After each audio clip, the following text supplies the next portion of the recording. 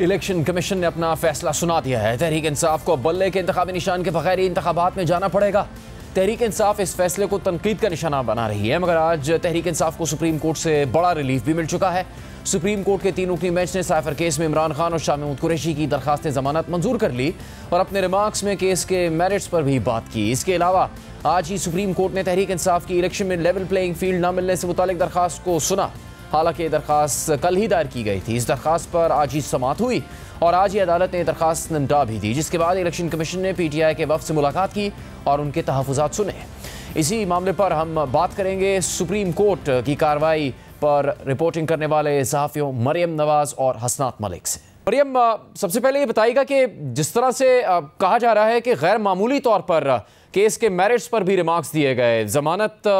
का मामला था, उसकी दरख्वास्त थी, लेकिन जो साइफर केस है उसके ट्रायल से मुतालिक भी काफ़ी ज़्यादा बातचीत की गई सुप्रीम कोर्ट में। ये गैर मामूली सूरत हाल थी कोर्ट रूम में या फिर इसकी तवक्को की जा रही थी?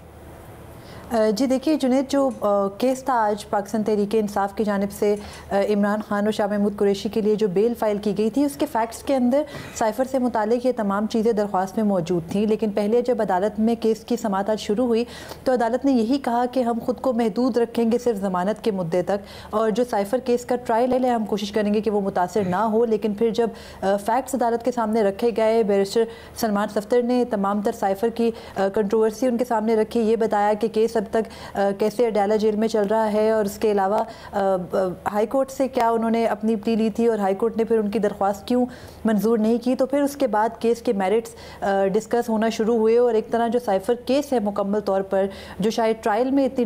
डिटेल में डिस्कस नहीं हुआ होगा, वो आज सुप्रीम कोर्ट में हुआ। और अब जो सुप्रीम कोर्ट में सवालात उठाए गए हैं साइफर केस से मुतालिक के साइफर से कैसे जो दफात लगाई गई हैं ऑफिशियल सीक्रेट एक्ट की बानी PTI पे और शाह महमूद कुरैशी पे, वो कैसे सस्टेन कर सकती हैं। ये ट्रायल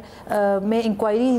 ट्रायल से पहले इंक्वायरी में ये सब चीज़ें क्यों नहीं जो है वो इस्टेब्लिश की गई। ये तमाम तर सवालात अब ट्रायल में पूछे जा रहे हैं, देखे जा रहे हैं या नहीं, ये अदालत ने कहा कि आपको देखना चाहिए। और इसके अलावा अदालत ने ख़ुद को रिस्ट्रिक्ट शुरू में रखा, लेकिन जाहिर है कि केस के फैक्ट्स अदालत के सामने जब खुलना शुरू हुए तो वो ऑटोमेटिकली मेरिट्स डिस्कस होना शुरू हो गए और फिर ऐसे लग रहा था जैसे जो ट्रायल है साइफर का वो सुप्रीम कोर्ट में चल रहा है और फिर बाकायदा हर एक फैक्ट को बारी बारी देखने के बाद तमाम तर सवालात करके प्रोसिक्यूशन को बुला के भी सवालात किए गए। और फिर उसके बाद जब प्रोसिक्यूशन से जाहिर है कि उनके शायद जहन में ये नहीं था कि ट्रायल के ऊपर या फैक्ट्स के ऊपर इस तरह से सवालात होंगे, तो जब वो अदालत के सामने वो जवाबात नहीं रख सके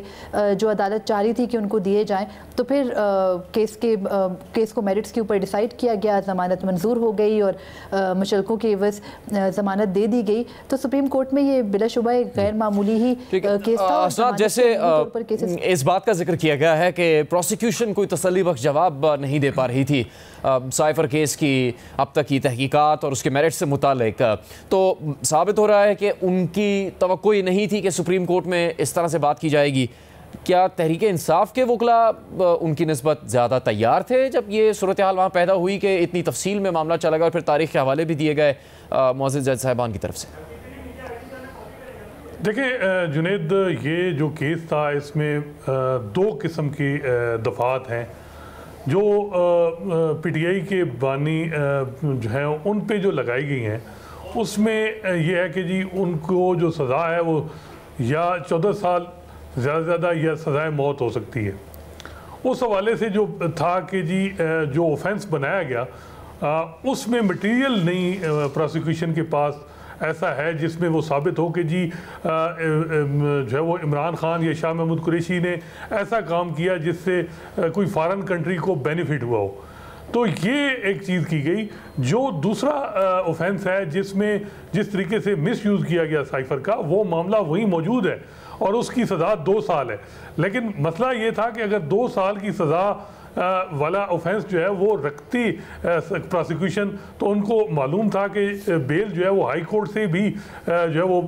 बल्कि हाई कोर्ट क्या ट्रायल कोर्ट से भी मिल जाती। तो ये जो है प्रोसिक्यूशन की एक टैक्टिक्स थी कि केस ऐसा बनाया जाए जिसमें जो है वो ऑफेंस ऐसा हो कि जिसमें सज़ा 10 साल से ज़्यादा है ताकि बेल ना मिल सके। और इस्लामाबाद हाई कोर्ट ने उसी तरह उस केस में जो है वो मेरिट पर डिस्कस किया और ये कहा कि जी ये तो बड़ा संगीन मामला है जिसमें सज़ा जो है वो 10 साल है या सज़ा मौत है, तो अब इसमें तो बेल नहीं मिल सकती। लेकिन सुप्रीम कोर्ट ने आज बड़ा इसको अलग किया और कहा कि ये कोई मटेरियल नहीं है ऐसा जिसमें हम कह सकते हैं कि इस केस में दोनों जो पटिशनर हैं इमरान खान और शाह महमूद कुरैशी उनको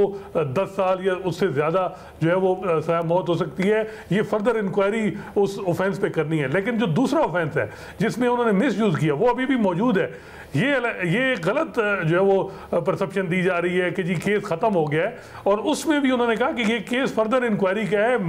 प्रोसिक्यूशन अब मज़ीद मटेरियल कलेक्ट करे। तो ये मामला है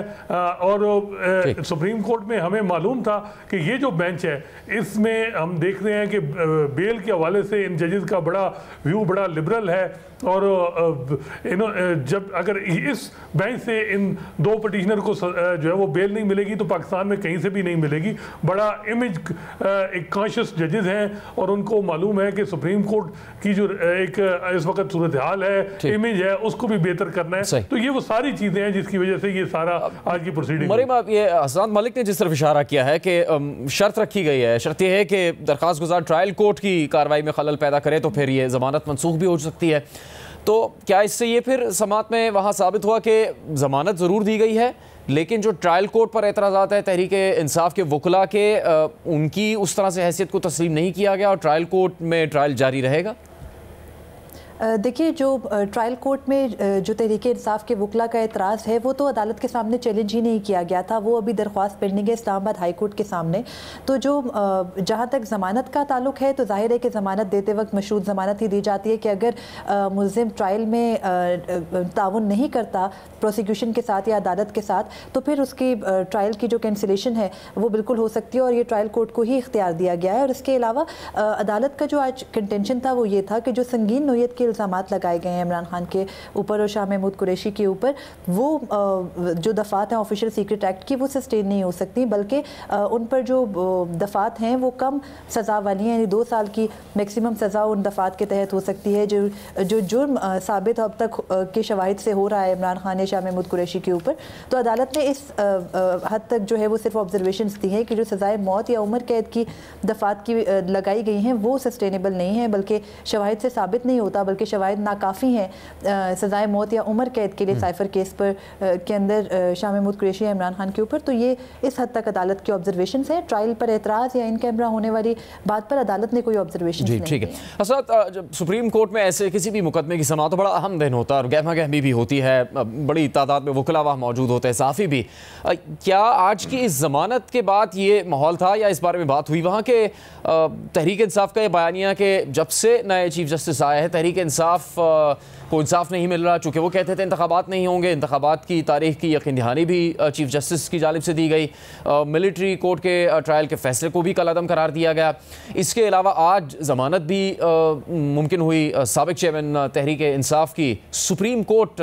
के ही एक फ़ैसले में। तो क्या उससे ये बयानिया दम तोड़ गया? इससे मुताल्लिक कोई बात हुई सुप्रीम कोर्ट की समाअत के बाद वहाँ पर?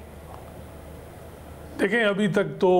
जो पीटीआई के बयानियाँ बनाने वाले लोग हैं वो खामोश हैं और वो बज़ाहिर ये लग रहा है कि वो एक्सपेक्ट नहीं कर रहे थे। मेरा ख्याल है कि हम बार बार ये बात कर रहे हैं कि जो मौजूदा सुप्रीम कोर्ट है ये साकिब निसार जब चीफ जस्टिस थे उससे बिल्कुल मुख्तलिफ सुप्रीम कोर्ट है।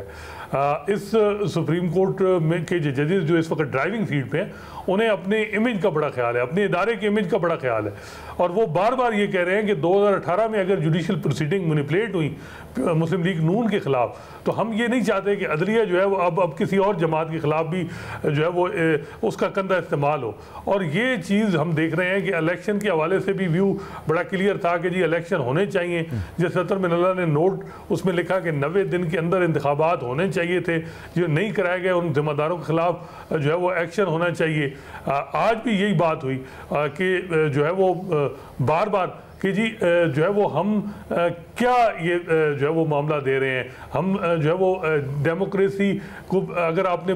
परवान चढ़ाना है तो सियासी लोगों को जो है वो मौका मिलना चाहिए कि वो जो है वो उनको लेवल प्लेइंग फील्ड मिले। तो ये आज दोनों जो मैटर थे, लेवल प्लेइंग फील्ड वाला जो पिटीशन थी और इमरान खान की साइफर का केस, ये ओवरऑल अगर आप देखें तो ये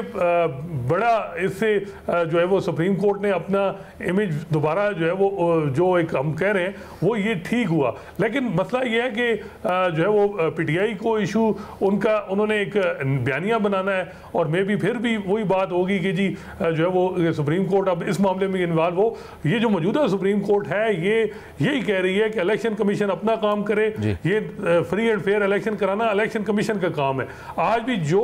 कंप्लेंट आई जो उनके कि जी जो हरासमेंट पीटीआई के वर्कर्स को हो रही है या उनके कैंडिडेट्स को हो रही है, इलेक्शन कमीशन को कहा गया कि आप उनको रिड्रेस करें और सुप्रीम कोर्ट ने मामला डिस्पोज ऑफ कर दिया। तो सुप्रीम कोर्ट मौजूदा जो सूरत हाल है उसमें जो चैलेंजिंग इस वक्त टाइम है उसमें बड़ा यानी ठीक जा रही है। कोई ऐसी बात नहीं कि आप कहें कि वो एक साइड की तरफ जा रही है। और ये जो जजेस हैं ये सियासी जमातों को, पार्लियामेंट को मजबूत करने वाले लोग हैं। अब अगले 2 जनवरी को तायात दिल्ली का मामला भी है। आप दोनों का बहुत बहुत शुक्रिया।